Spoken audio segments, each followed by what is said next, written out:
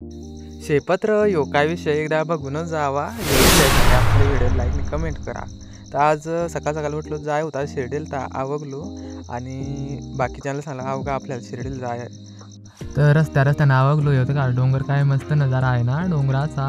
तर येते का आपला टोल नाका पण लागला जाता जाता रस्त्यात. तर रस्त्यात येतं तर टोल नाका लागला तर जराशी काही प्रोसेस होती ती कंप्लीट केली निघालो आपल्या रस्त्यात.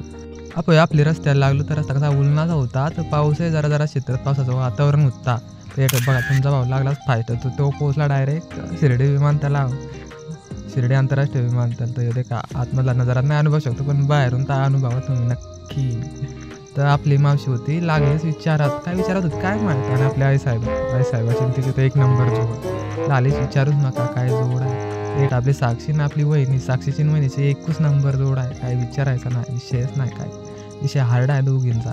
तर इथं आपला होता गणूभाऊ होता आपण तर त्याची आली तयारी अवघा लवकर जाय आपल्याला लवकर या वापस.